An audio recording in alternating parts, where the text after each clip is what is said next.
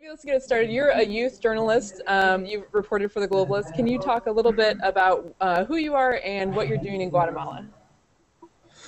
Well, talk a little bit about where I am and what I'm doing. Yeah. Okay, well, I am 15 minutes, 10 to 15-minute bus ride outside of Antigua, Guatemala, which is known infamously as a colonial town and tourist trap. So I get a really good perspective on a lot of things here as far as I live in a small town, but I also get to see a lot of life and what it's like to be in a tourist destination as well. So there's a lot of pretty interesting perspectives. And as well as that, I'm working with Global Visionaries. We work with high school students in Seattle and in Guatemala, and they meet for 2-week periods of time here in Guatemala, and they work in hospitals, they work building a school with communities, and they work in coffee fields as well on plantations. And that's one of the biggest income for the economy here in Guatemala is coffee. So yeah, we aim to give youth a global perspective, such as the globalists as well, and we're hoping to make a dent in the good fight, I guess. That's great. And what has that experience Yeah. been like so far? You've been in Guatemala for about a month now, or 2 months? Two and a half months actually. So it's been, yeah. So the first day I was here, I would say my Spanish was más o menos. It was definitely not what it is now, and so I kind of jumped into the deep end of things, learned how to swim, and now I'm kind of communicating and getting myself around. So being 18, I actually just turned 19 yesterday. Happy birthday. So yeah, thank you. So being young, not choosing the college route, instead choosing to travel the world and see what it's about has been quite an eye-opening experience. It's been very humbling and incredible every day. There's something new to learn. And the biggest, probably most important thing I've done so far is, as there's been a recent Globalist article published about it, actually, is there was a trial for an ex-president named Rios Montt, and he was just convicted as guilty of genocide. And I attended that trial, and it was a pretty momentous occasion to sit in a room with a man who's responsible for, the deaths of so many people, and also see people like Rigoberto Menchu as well, and opposite ends of the spectrum. So that was probably the biggest experience I've had so far. Yeah. What was that like sitting in that room watching that? What was like, set the scene for us? What was the emotions going on? How many people were there? What was kind of the feeling? One day there was, it just depended on the day and what was going on. During when the defense had the opportunity to present their case, it was very interesting because there was a lot of, it seemed to be an unorganized day where they were kind of just wasting time. They misplaced their evidence. They were looking for their videos, and for 4 hours we sat in a room and watched basically people try to get organized. And then there was other days. I actually wasn't present on this day, but I heard from many people that during the day when the prosecution was presenting their case and the witnesses were testifying, that when there were indigenous women whose families were directly targeted by Rios Montt, that there was an energy that hung in the room when you could see that they were looking into the eyes of this person that persecuted their families that is unlike anything else. So basically the vibe was, it was a trial for a crime against humanity. So I don't know, it's quite a thing to witness. Yeah. Wow. That's incredible. For those people who are just joining us, we're talking with Devin McDonald, who is a youth journalist with Global Visionaries in Guatemala right now. And I also just want to plug that if anyone wants to ask Devin questions live, you can tweet us right now at the hashtag I'm a Globalist. And there's a little bit of delay, but if you guys have questions for Devin that you want to ask live, we'll kind of field those as we go. Devin, you also reported on Semana Santa for The Globalist and that huge parade. Sorry, I think I actually have some photos of that I can pull up real quick. But can you talk about what that was like? Yeah, well, Semana Santa is the Holy Week before Easter here in Guatemala, and it is quite a celebration. It is a moving fiesta through the streets, unlike, any kind of festival atmosphere I've ever seen in my life. Colorful, beautiful, rich main vein of a cultural tradition, I guess, is how I would sum it up. Here we have a picture of alfombras. They are sand, carpets made of sand, meticulously designed for the courses of many hours, sometimes a whole day. This one you can see, this is a group of brothers who came out from a town. I couldn't remember the name of the town right now, but they traveled about 45 minutes to get there, claimed their spot, worked all night until the morning. And right after they finished it, a procession of about a procession containing about hundreds of people trampled right over it, over their hours of labor. So that was something to witness as well. Wow. And what about this photo here? This is the incense is probably one of my favorite things. It really set the tone of the event. It was like a rustic old okay, I'll explain. This man right here has a big like pot of incense that there were many of them throughout the parade station. So whenever you could smell it from down the block, you knew that there was a parade close by or that was coming or had just passed. And so it really set the tone for all of Semana Santa. And you can see their deep purple robes. There were hundreds and hundreds of people in deep purple robes. And when I was watching from the top of a building, they looked like a wave moving through the street. So that was something to witness as well. There's a lot. Guatemala is a small, beautiful, complicated country. A month after I saw a gargantuan celebration in the streets, I saw a trial of a crime against humanity. And there's a lot of joy and a lot of pain as well. What tips do you have for other youth that are wanting to travel abroad, specifically to Guatemala? You're working with youth that are coming, that are visiting. Mm-hmm. What sort of tips do you have for young people who are wanting to travel and see the world? What's kind of your best advice? Well, the thing that I learned, I think, it's the most significant thing I learned. It's also the simplest, is that it's possible. Like, you can do this. When I was thinking about going to Guatemala, it sounded like a huge task, very difficult, hard to maintain, hard to manage, and impossible. Yet I worked for 5 months delivering sandwiches at Jimmy John's, and it was humbling, and it was, a way to get a paycheck and buy a plane ticket. And then I bought the ticket and I got here and I arrived, and then life kind of fell into place since. I knew the organization and I had connected with them. But there's plenty of organizations out there, and you don't need one. You can figure it out yourself. The world, I don't want to say it's safer than everybody says, because I don't want to tell anyone to go out there and do something without knowing what you're doing. But in my experience, I've only encountered genuine, nice people wanting to help me out and show me around. So I guess what my advice would be is it's possible. If you're thinking about doing it and you don't know what you want to do after high school and you're looking for an experience to learn from, traveling abroad would be one that I would recommend. And what does that mean? What does that experience of traveling, what does that do for you? Why is it important to who you are and where you're at in your life right now? I'm sorry, so the connection cut out. I got the last part. Yeah. I think you said, why is it important to travel to me? Yeah. I think that, I'll speak for myself. I'm young. I'm not really defined as an adult yet. I'm in a transition between, growing from, coming from an institution in a high school and then kind of getting thrown out into this big, broad life and finding my footing and figuring out, where I'm at. And while doing that, I want to make sure wherever I end up and wherever I invest my energy in the future, I want to have perspective. I want to know where I stand in the world, and I want to know what the world is like. Because in Seattle, the beautiful small city of Seattle, we have a lot of opinions about the world, and we have a lot of things we would like to change. But in my experience, I had never been out of Seattle, so I couldn't speak on the world as a whole without seeing the world as a whole. So after Guatemala, I hope to travel more and really witness and actually become acquainted with the land that surrounds us. That's great.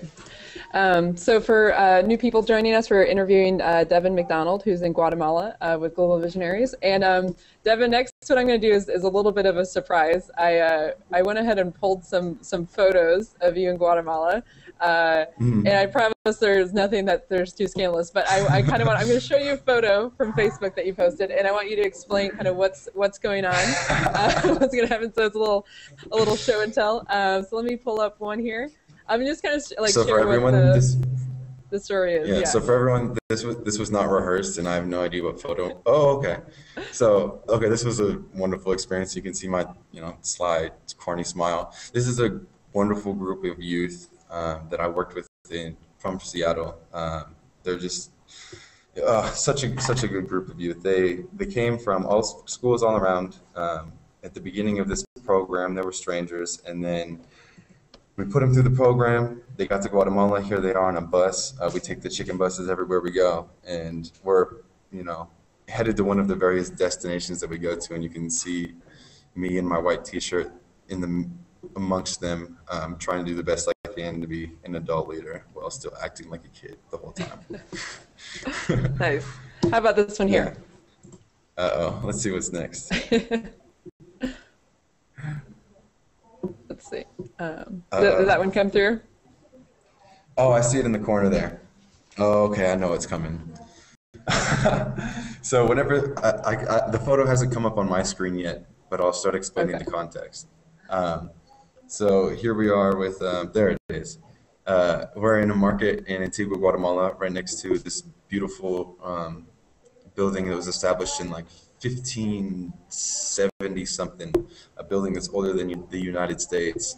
That's one thing I really love about Guatemala is the rich history that it has. There's so much to see, and I'm about to lead a tour through the city of Antigua, and I'm holding up our destinations. And I was advertising to the youth, "Hey, you should come on my tour because I have all of these wonderful ghost stories and ridiculous things that we can do." And the tour actually ended up to be a really fun experience. So you can see me advertising it there. Nice. And then here coming through is looks like some sort of photo of you doing some sort of jungle adventure. Yeah. So that is I can see it in the corner. I'll start explaining it whenever it pops up. Everybody will see it. That's one of my best friends. Couple of my best friends here in Guatemala. There's in the bottom, there's Ronald and Chich in the top, and we went for a hike up through. It's this hill that looks over the whole town of Antigua, and that was on our way up, and we saw this log, and somebody said, "Hey, we should climb it," and I was like, "Oh no, it's a terrible idea because it went up a lot farther than you can see. That's the highest up that we went." But it went up to at least 100-foot drop. So we went up about that high. We took a picture and then we came back down. Nice. Yeah. Very great. For new people, we're interviewing Devin McDonald again. And also, if you have any questions that you want to ask at any point, just tweet us at, let's see, I'm a Globalist, hashtag I'm a Globalist on Twitter. Yeah. And we can ask Devin some questions here. And Devin, I know there's a little bit of delay, so if people want to be asking questions, maybe in a couple of minutes, can you talk about maybe what has been your top 3 experiences in Guatemala so far? If you had to rank your top 3 of things that if someone's traveling to Guatemala, what do they need to check out? What's like you can't miss? Definitely. So it's just tips as far as general travel in Guatemala? Yeah.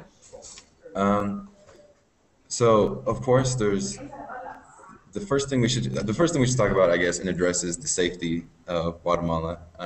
In my experience, I've been hanging out with locals. I've been hanging out with people who know what they're doing, and so I've never personally felt, unsafe in any situations I've been in. However, it should be noted that Guatemala City, the capital, is a very, very dangerous city. Guatemala is recovering from a civil war that just ended about roughly 15 years ago, and in any post-conflict government, there's in society, there's going to be a lot of conflict still happening. So there's a huge problem with gangs, there's a huge problem with drugs, and so when going to the city, please be careful. Talk to a guide, talk to a local, do something to make sure that you are safe. And that's Guatemala City. There is violence in other parts of the country as well. In Antigua, it's very, very safe. Antigua is a beautiful colonial town, tourist destination, something to see. But something I would recommend is getting on one of the buses that goes out of Antigua and checking out one of the smaller pueblos because they're generally safe and you can find your way around. And if you have Spanish, you can talk to a local and figure it out. In the small town that I'm in right now, there's a church that was established in 1534, and it's not advertised in any tourist destination in any book, but being in the presence, like when you look at the date, which is clearly inscribed on the wall, being in the presence of a history that I guess that rich is a humbling experience when you see the plaza that's still in the exact way it was, despite a couple of renovations. Yeah, it's something to see. So, yeah, definitely, and then there's Mayan ruins as well. Guatemala is one of the, huge centers of the ancient indigenous population. So Tikal, Ixinche, there's many places where you go and it's very humbling to look at something so old and so gargantuan standing in front of you. So Mayan ruins, small towns, Antigua. Coban is beautiful for nature and see the city but be safe. So that's my advice for it. Those are great tips. And so I want to kind of bring it back too of the whole reason we're doing this, the show today is for Give Big, which is the Seattle Foundation's day of online fundraising, where every dollar given to the Seattle Globalists is stretched by the Seattle Foundation. It's an amazing opportunity. And so we're asking people, all of our guests, why do you love the Globalists? Why do you write for the Globalists? Why should people give big to the Globalists? The Globalist is awesome. The Globalist is a place where you can find articles that are a diverse series of articles from all corners of the world. And they employ, and that relate to Seattle as well. They employ writers from all over. They have a great youth program. I heard about the Globalists through this awesome 3-day camp at UW, where I got to meet really cool people and inspire me to, write and continue the writing that I'm doing today. So the Globalist itself is a great organization to, if you can't travel around the world, read the Globalist and you can learn about the world. And then you can travel about to the places that you've witnessed in the website.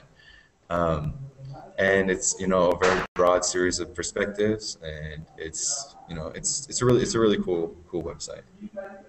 I like that. I like that if you can't travel, you can read about it and dream and plan for the future. And if people want to give big to the Globalists, your donation, if people watching will donate today, it's going to go directly to writers and youth reporters like Devin, who are doing amazing work in Seattle and around the world. And we want to keep those stories going, keep fueling those types of reporting and that type of media. And people can give big today at seattleglobalist.com/givebig. Or if you just go to seattleglobalist.com, you'll see tons of links to find out how you can support people like Devin and his reporting. And so, Devin, do you have anything else you want to add before we close it out? Thank you. This was really cool. It was great to connect with the Globalists in Seattle face to face, and I really hope that everybody watching, enjoyed. And I guess my one thing that I'll reiterate is, if you want to travel, it's possible, and do it and get out there. Very cool. Do you have some questions? Okay, we actually have a couple questions from our in-studio audience. Okay. Yeah, do you want to pop them in the back? Oh, yeah, sorry. Okay. Yeah, so we're going to rile up some questions real quick. And I just want to remind people that we're talking with Devin McDonald. And actually up next, to give a little tease of what's happening next, we're talking with Reagan Jackson at 10 a.m. And she's going to be doing a poetry reading. Actually, this is kind of relevant. She wrote a book called Love in Guatemala, and it's a series of poems that she's going to be doing a reading from. And let's see, what's going on behind you, Devin? What is going on? Oh, well, there's a kitchen. So here is an office, and here is the kitchen. Man, my arms are long. And here is the kitchen, and this office here is the center, the headquarters of Global Visionaries here in Guatemala. Yeah, and so there's probably people, busy working around doing something, preparing food for lunch or siesta, or I don't know. It's a fun office to work in. Definitely more laughter than the office I've worked in. Great. Before. Yeah. Okay, so we actually have a couple questions that came in through Twitter. One person asked, were people in Guatemala surprised that Rios Montt was convicted? Yes. Yes, yes, yes. I was very surprised myself. I was talking to a journalist from Reuters that I met one night. He's actually the whole reason I ended up going. I wanted to go, but I was always like, I don't know. It's the city. I don't know. And I met him and we were talking. And the next day I was at the trial. And he was, telling me that the fact that there is a trial going on is very significant. The government here is very infamous for corruption, and a lot of people are buddies in places that are a little bit suspicious, and so the fact that a trial was happening was very significant. The fact that there was a conviction so quickly, well, relatively quickly, was very significant as well, and yeah, like the talking to locals around the conviction of Rios Montt was a surprise. It was a good surprise, and it was very, very significant. Oh. Another question from Twitter. What kind of stories is Devin working on for the Seattle Globalist?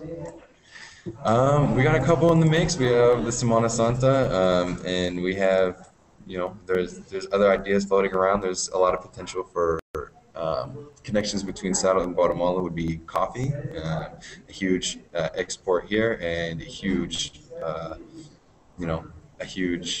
thing to be purchased in Seattle. So there's a couple in the mix. Keep checking the Globalist, and maybe you'll see something pop up soon. Great. Thanks so much, Devin. Anything else that you want to add? Yes, one thing. I was going to say the proximo first person, the next person to come on, Reagan Jackson, is the reason that I'm here right now. She used to work for Global Visionaries. She's an incredible mentor in my life, and her poetry is awesome. I have had the pleasure to read it and the pleasure to have wonderful conversations with this person, and she's truly something not to be missed. So hang out, see her when she comes on, and thank you, Reagan. That's great. Thank you so much, Devin.